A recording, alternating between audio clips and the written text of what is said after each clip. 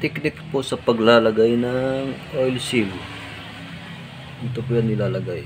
Mas maliit po ang kanyang butas kaysa sa paglalagyan. First step.